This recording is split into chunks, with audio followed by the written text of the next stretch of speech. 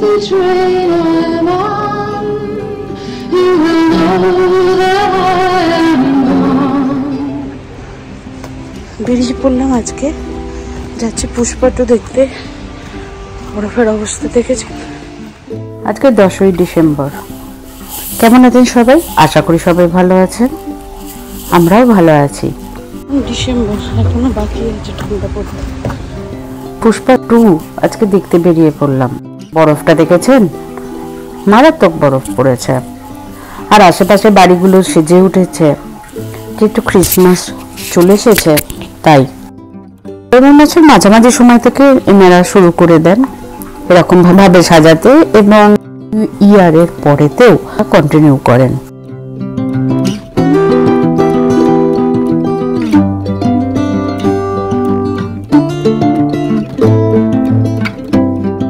অনেকে বন্ধ করে দেন লাইট যে বাটন থাকে, আবার অনেকে কিন্তু খুলে নেন, কিন্তু বেশিরভাগই মানুষ ওয়েট করে মার্চ এপ্রিলের জন্য।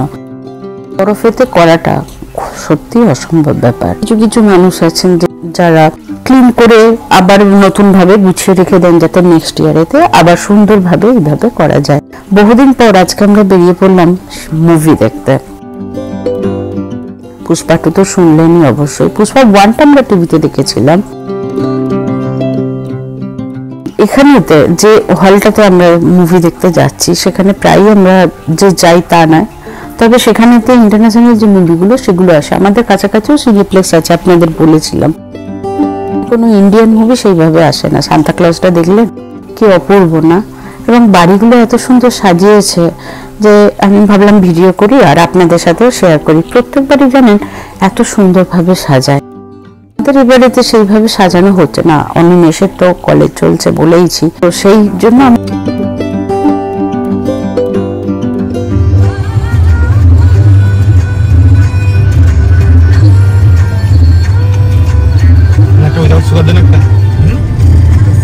আমি সিনেমা দেখি মন দিয়ে। মুভি বহুদিন পর যাচ্ছি পুষ্পা টু দেখতে। তখন আমাদের কথা হচ্ছিল পপকর্ন নিয়ে। আমি পপকর্ন খুব একটা যে খাই তা না, আমি সত্যি মুভি দেখতে গেলে মন দিয়ে দেখি। অত বড় স্ক্রিন, অত সুন্দরভাবে ওনারা তৈরি করেন, তো পপকর্ন খাওয়ায় আমার সেরকম মন থাকে না। হ্যাঁ, অবশ্যই এঞ্জেলের থাকে, একবার যায় পপকর্ন পেলেই খুশি, বাস। ওর আর কিছু না। মুভির ওপর যে অতটা ইন্টারেস্ট থাকে তা নয়। যে এখন যাই সেই এজের মুভি হলে অবশ্যই তো ইন্টারেস্ট থাকবে, বাট এটা তো অনেকটা বড়দের মুভি, মানে বুঝতেই পারছেন কেন বলছি পুষ্পা টু। তো ওর অতটা যে ওই কারণে দেখতে যাচ্ছে তা নয়। আমাদের তো এখানে তো বাচ্চাকে বাড়িতে রেখে দেওয়ার নিয়ম নাই, তাই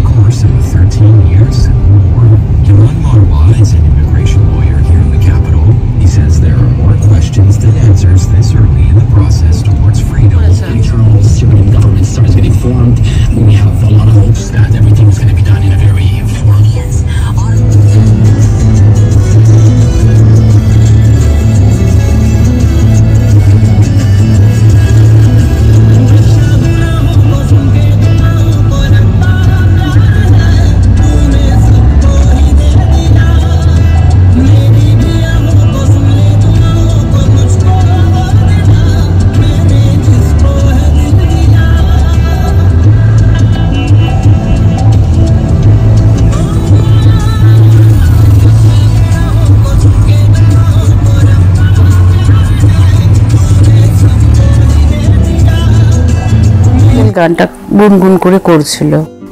আরো একটা কথা, আচ্ছা গানটা হয়ে যাক তারপর বলি।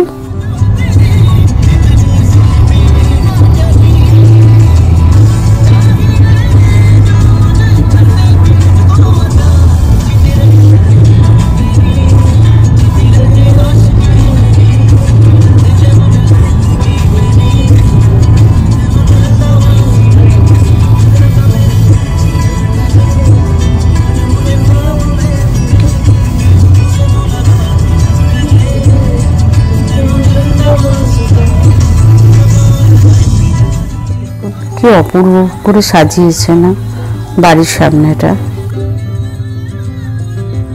স্লেজ, সান্তা ক্লজ,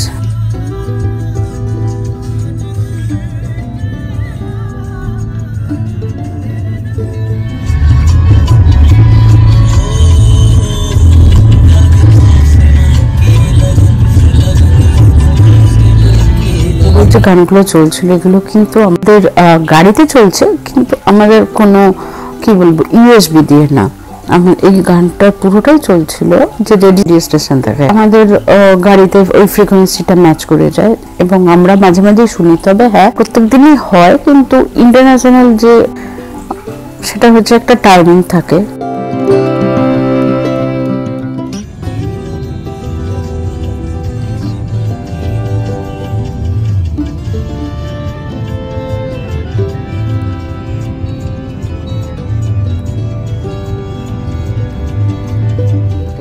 বাংলা গান হয়, বাংলা গান মানে বেশিরভাগই বাংলাদেশের যে গানগুলো সেগুলো চলে, তার সাথে আমার ইন্ডিয়ার যে বাংলা গান সেগুলোও হয়, তার সাথে হচ্ছে তারপরেই শেষ হলে হচ্ছে হিন্দি। लेकिन आपने देखा होगा कि जैसे इंडियन सबकॉन्टिनेंट में, और अगर मैं इंडिया की बात करूँ तो वहाँ पर जो अक्सर बस में दो लोग होते हैं, ड्राइवर होता है, कंडक्टर होता है, लेकिन यहाँ पे नहीं होता कंडक्टर। तो वो उसके पीछे एक स्टोरी है जो मैं आपको बताना चाहूँगा। तो क्या हुआ था कि, और वो इंडिया से इंस्पायरिंग थी स्टोरी। तो क्या हुआ था कि इंडिया में एक बस कंडक्टर होता है और उसका मतलब थोड़ा ना हाव भाव अच्छा नहीं होता है, वो थोड़ा गुस्से टाइप का होता है ना। वो जैसे आप लोग ने अगर स्कूल में कभी लैब वर्क करा हो तो वो लैब असिस्टेंट होते थे, अलग गुस्से में रहते थे, मतलब उनका ये था टीचर से बड़ी ईगो उनकी। अगर आपने जो है टेस्ट ट्यूब तोड़ दिया, कुछ हो गया, वो ऐसा मतलब ऐसे ही कंप्लेन कर देंगे, ऐसा कुछ लिख देंगे कि भैया आप तो खत्म हो करियर खत्म, सब कुछ सब बना दोगे। तो खैर वापस लौटेंगे हम। तो ऐसी ईगो वाला, और वो मतलब वो बस कंडक्टर था, बड़ा ही गुस्से टाइप का। तो खैर लोगों को तो ऑफकोर्स ऑफिस जाना है तो वो जाते थे, कोई मतलब उसके मुँह नहीं लगता था, लगना भी नहीं चाहिए। लेकिन एक बार क्या हुआ कि एक बहुत ही खूबसूरत सी महिला वो जा रही थी सड़क से, तो उन्होंने बस को हाथ दिया कि भैया रोक दीजिए। अब उसने कहा कि नहीं आप स्टॉप पे नहीं खड़े, तो उसने बस को एकदम से वो लेके चला गया। तो उसमें उन महिला का देहांत हो गया क्योंकि बस ऊपर चली गई। तो ये लोग गुस्सा है कि यार ऐसे थोड़ा ना होता है, मतलब कि तुमने बस नहीं रोकी और वो मतलब ये तो सीरियस क्राइम हो गया सब कुछ। तो वो उसको पुलिस स्टेशन में गए, पुलिस में लेकर गए। पुलिस वाले ने उसको बोला कि तुमने कहा, तो उससे उनसे पुलिस वालों से भी बदतमीजी से बात करी। उन्होंने कहा इसका कुछ नहीं हो सकता, इसको जेल में डालो। अगले दिन कोर्ट हियरिंग थी, कोर्ट में लेकर गए। कोर्ट में जज ने पूछा भाई क्या हुआ था, सबने इंसिडेंट बताया, जो आई विटनेस थे सब कुछ थे। तो उन्होंने कहा तुमने क्यों नहीं करा, उसने जज को उल्टे सीधे जवाब दिया। जज ने कहा भैया इसको ना मुझे कैपिटल पनिशमेंट दे दो। कैपिटल पनिशमेंट ऐसे नहीं कि अगर आप दिल्ली में हो या ऑटो में हो तो कैपिटल पनिशमेंट का मतलब होता है कि मतलब आपकी मृत्यु दंड जैसे कहते हैं। तो उसे बोला गया कि भैया इनको मृत्यु दंड दिया। तो उस टाइम पे मृत्यु दंड ऐसे दिया जाता था कि आपको इलेक्ट्रिक्यूट किया जाएगा, तो एक चेयर में बैठाएंगे और इलेक्ट्रिक्यूट कर देंगे। तो वो ऐसे ही उनको ले गए भाई साहब को, जो कंडक्टर साहब से मारे, और एक कमरे में बंद कर, मतलब कमरे में बंद कमरा था, उसको खोला। उसमें एक चेयर थी जिसके ऊपर तगड़ा वाला मतलब करंट आएगा, 220 वोल्ट का है, उससे भी ज़्यादा का, और आप ऑन स्पॉट डेथ हो जाएगी। तो उन्होंने कहा ठीक है, मतलब तो लेके गए कमरे में, और उन्होंने देखा कि कमरे में एक वो चेयर रखी थी और साइड में एक केले का छिलका पड़ा था। उनको चेयर पे बिठाया और देखा कि जो कहते हैं इलेक्ट्रिक्यूशन जो था, इलेक्ट्रिक्यूटर उन्होंने ऑन करा और देखा भाई को कुछ नहीं हुआ, पहुँच गया मतलब इतने हाई वोल्टेज करंट के बाद भी। तो फिर उन्होंने कहा कि अब क्या करें, तो उसको फिर दोबारा कोर्ट लेके गए कि देखो हमने इसको ये करा, इसको पनिशमेंट तो दे दी गई है, अभी हमारे नहीं है। तो उन्होंने कहा भैया ठीक है, अब तो कोर्ट तो यही कहते हैं कि अगर नहीं हुई है पनिशमेंट तो मतलब पनिशमेंट तो मिल चुकी है, अब अगर नहीं डेथ हुई तो कोई बात नहीं, तो उसको रिहा कर दिया जाता है, वो दोबारा से बस कंडक्टर बन जाते हैं। फिर ऐसा ही होता है कि एक बार एक जो क्या कहते हैं बड़ा बढ़िया सा आदमी होता है, वो रोड पे खड़ा होता है, वो बस को हाथ देता है, ये भाई सब कंडक्टर होते हैं, ये कहते हैं कि नहीं रुकूंगा, बस उस बंदे के ऊपर से ही चली जाती है। फिर वही होता है कि लोगों को गुस्सा आता है, उसको पुलिस के पास लेके जाते हैं, पुलिस को उल्टे से जवाब देता है, वो उनको जो कोर्ट लेके जाता है। कोर्ट में जैसे जज देखता है, कहता है ये तो वही बंदा है, तो वही दोबारा ही हरकत करके आ गया, इसको दोबारा से वही सजा दी जाए। दोबारा जाते हैं, इस बार देखते हैं कमरे में एक चेयर रखी हुई है, साथ में एक जो है सेब का छिलका पड़ा हुआ है, वो चेयर पे उसको बिठाते हैं, करंट पास करते हैं हाई वोल्टेज, फिर बच जाता है। वो लोग कहते हैं यार ये कैसे बच जाता है यार, मतलब 2 बार हो चुका है ऐसे, तो मतलब इलेक्ट्रिक्यूशन से तो लोग वैसे ही मर जाते हैं इससे तो, और पहले भी लोगों को दी हुई है कैपिटल पनिशमेंट। तो ऐसा नहीं है कि वो चेयर नकली थी या कुछ था, ऐसा कुछ नहीं था।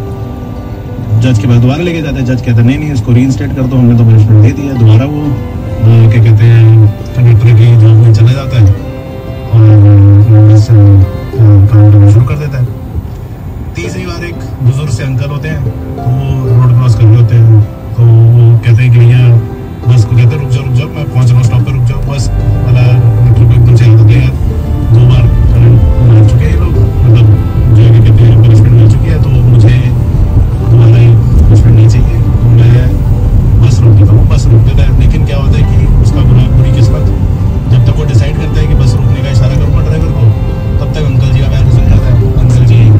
फिर जो क्या कहते हैं मूवी डेथ हो जाती है, आगे चली जाती है।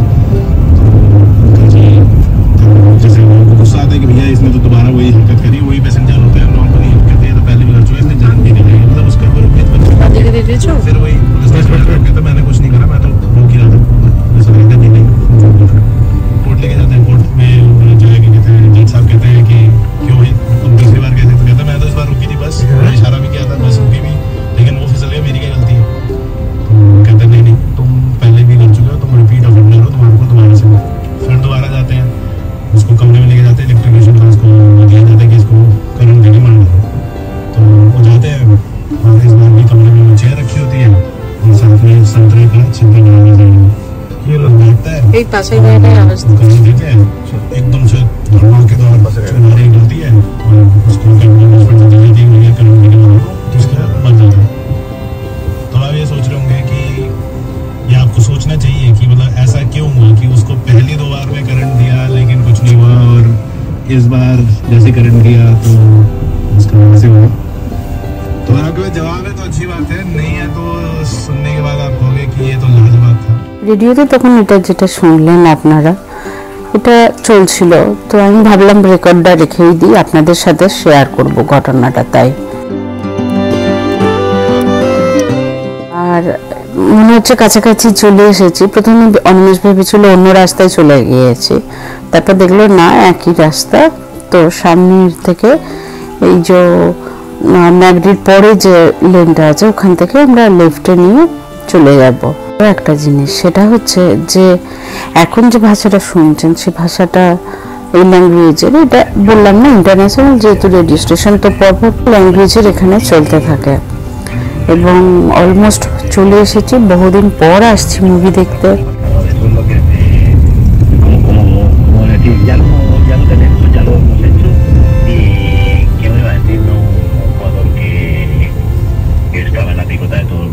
হঠাৎ করে প্ল্যানটা এটা হলো। জিনিস বলে যে দেখো পুষ্পা 2 মনে হচ্ছে এই 2 উইক থাকে, তারপর ইন্ডিয়ান মুভিগুলো ওরকমই থাকে, তারপর চলে যায়।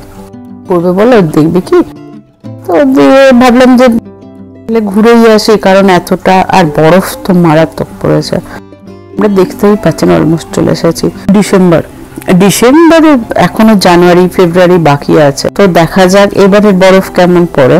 যেটা প্রবলেম হচ্ছিল সেদিন মারাত্মক বৃষ্টি পড়ছিল, এটা একটু কম পড়ছিল। যখন আমরা ভিতরে গেছি খুব বৃষ্টি পড়েছে। এই যে যখন বরফটার উপর দিয়ে আমরা হেঁটে যাচ্ছিলাম, একটা প্রবলেম বরফেতে হয়, আমি ভীষণ বরফ ভালোবাসি।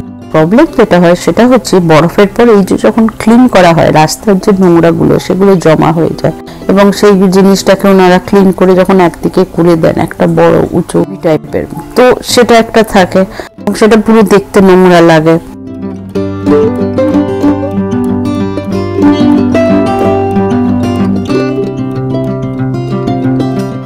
বৃষ্টি পড়ছে, তার সাথে মারাত্মক ঠান্ডা, এই যে প্যাচ প্যাচ করে আওয়াজ হচ্ছে এই যে। তো এইটাতে কি হয় অনেক সময় স্লিপ কেটে যাওয়ার একটা চান্স থাকে, কেয়ারফুলি আমরা হেঁটে হেঁটে যাচ্ছিলাম।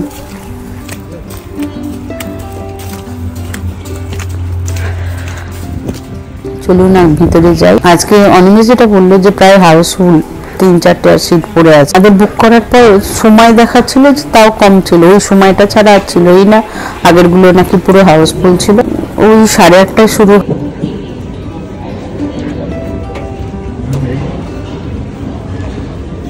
কি নিয়েছো দেখাবো? কি নিয়েছো? পপকর্ন। বাটার দেব? বাটার তো অ্যান্ডেল মিস করলো কোথেকে? ওই বাটার নাকি না আমার বাটার ওটা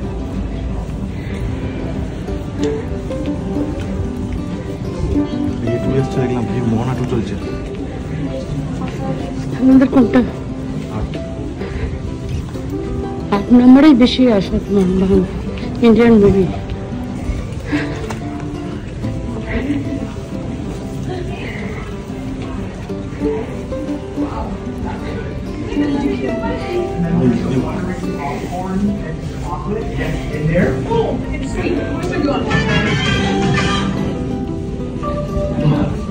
Okay. Did you ever consider inviting other people? আমি দেখি People we trust. We have to think about you. The reason it's a musical is because it's a film about delusion. It's not just about the kind of potential where things চার পাঁচটা শিল্পীর মধ্যে কোন রকম এইটা ভালো উঠেছে।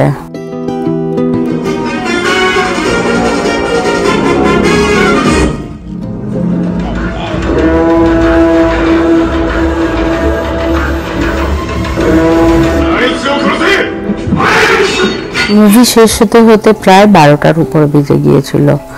এখন তো দেখতেই পাচ্ছেন আমরা বেরিয়ে যাচ্ছি। রাস্তাঘাট বৃষ্টির জন্য একটা ক্লিন হয়ে গেছে, স্লিপ কাটার চান্সটা একটু কমেছে। এইদিকে যেটা আছে এটা রাইট টার্ন নেওয়াটা লেখা আছে না, কিন্তু অনিমেষ ভুল করে আমরা চলে এসেছিলাম। এটা নিয়েই কথা বলছিলাম, পরে বুঝতে পেরেছিলাম যে ওটা আমাদের ভুল হয়েছে। ব্যাক করে গিয়ে ঘুরে অনেকটা যাওয়ার একটা প্রবলেম হয়ে গিয়ে যেত, তাই আমরা ওইটাকে আর ব্যাক করে গেলাম না। বাট হ্যাঁ, বারবার বলছিল যে ওই দিক দিয়ে আসা উচিত ছিল, যে দিক দিয়ে আমরা ঢুকেছিলাম সেই দিক দিয়ে। সামনে একটা গাড়িতে আমি ভেবেছিলাম যে পুলিশের গাড়ি, কিন্তু তারপরে দেখলাম না, ওনারা ওটা পুলিশের গাড়ি না, ওটা সম্ভবত এখানকার যে অটো কর্পোরেশনের তার গাড়ি ছিল। তো বিভিন্ন আলো জ্বলছিল বলে দূর থেকে দেখে হঠাৎ করেই মনে হচ্ছিল যে ওটা পুলিশের গাড়ি, কিন্তু তারপরে সামনে গিয়ে যাওয়ার পর দেখলাম যে না, ওটা নয়। এই যে বাড়ি ফিরছি এখন, এবং এখানে বরফ নিয়ে কথা হচ্ছিল। এখানে বরফ ক্লিনিং ব্যাপারটা একটা বড় হেডেক। স্নো ব্লোয়ার কেনা হয়েছে যেটা দিয়ে আমরা ক্লিন করি, এবং সেখানে তখন কথা হচ্ছিল এঞ্জেলের এক বন্ধু আছে, তার বাবা এবং আর এক বন্ধুর বাবা এবং অনিমেষ, ওনারা তিনজনে যে কথাগুলো বলেছে সেগুলো নিয়ে আলোচনা হচ্ছিল। যে এঞ্জেলের যে বন্ধুর বাবার কথা বলছি, তার বন্ধু উনি নাকি বলছিলেন যে এরকম ওনারা আগে টরন্টোতে থাকতেন, আমাদের মতনই মারখানে থাকতেন সম্ভবত ওনারা। ওখান থেকে ওনারা চলে আসেন এখানে, এবং ওখানে যে স্নো ব্লোয়ার ছিল ওনারা বিক্রি করে দেন। কিন্তু এখানে আসার পর যে প্রবলেমগুলো ফেস করতে শুরু করেন, তখন ভাবেন যে না, স্নো ব্লোয়ারটা আমাদের বিক্রি না করলেই চলতো। উল্টো দিকে মনজিতের বাবা যখন ইনসিডেন্ট বলে যে আমাদের স্নো ব্লোয়ার নাই এবং আমরাও ক্লিন করি, একদিন এতটাই বরফ পড়েছিল যে আমরা করতে পারছিলাম না, তো আমরা যখন হায়ার করি আমাদের $500 জাস্ট ক্লিন করার জন্য ওনারা চার্জ করেন, এবং বেশি হলে তবেই ওনারা ক্লিন করবেন। এবং সকালবেলা ওনারা 5:30 6টার আগে, মানে যার সবাই তো ওই সময় করে ধীরে ধীরে বের হতে শুরু করে, অফিস স্কুল কাজ সমস্ত জায়গায়, তো তার আগে ক্লিন করে দেবে। কিন্তু প্রবলেম যেটা হচ্ছে সেটা হচ্ছে যদি সেই সময় বরফ পড়তে থাকে, ওনারা ক্লিন করে বেরিয়ে গেলেন, ওনারা কিন্তু দ্বিতীয়বার এসে আর যদি বেশি বরফ জমে যায় 5 সেন্টিমিটারের ওপর, ক্লিন করবেন না। তখন হচ্ছে আবার নিজেকে ক্লিন করতে হবে, কিন্তু তা আবার করতে হবে $500 মতন আবার পে করতে হবে। তো এটা তো অনেকটাই এক্সপেন্সিভ, তো অনেকেই ওই জন্য স্নো ব্লোয়ার কিনে নেয়। আমাদের লাস্ট আমরা 22-এ যখন এখানে আসি, তখন 22 এবং 23 সালে তো আমরা নিজেরাই ক্লিন করে নিয়েছি। এবারে আমরা নিজেরাই ক্লিন করে নিই, কিন্তু হ্যাঁ, স্নো ব্লোয়ার কেনার ফলে আমাদের যেটা সুবিধা হয়েছে, ক্লিনিং ঝামেলাটা অনেকটা পরিমাণে কমে গেছে। আর এই যে বৃষ্টি বন্ধ হওয়ার তো কোনো নামই নেই।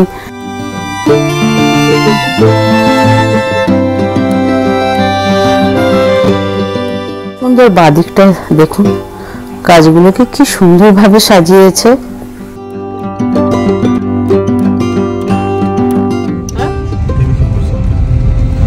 না না, বৃষ্টি পড়ছে বলে বললাম আজকে। বাচ্চা আচ্ছা, মানে কম বয়সের গ্যাংগুলো আসলে হ্যাঁ বৃষ্টি পড়ছে না, বুঝতে পেরেছে চলে থাকবে। দেখো না না,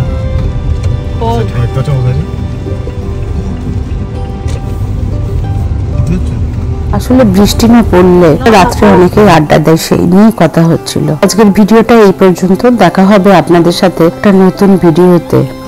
তাহলে আজকের মতো আসি, tata. You can hear the whistle blow 100 more.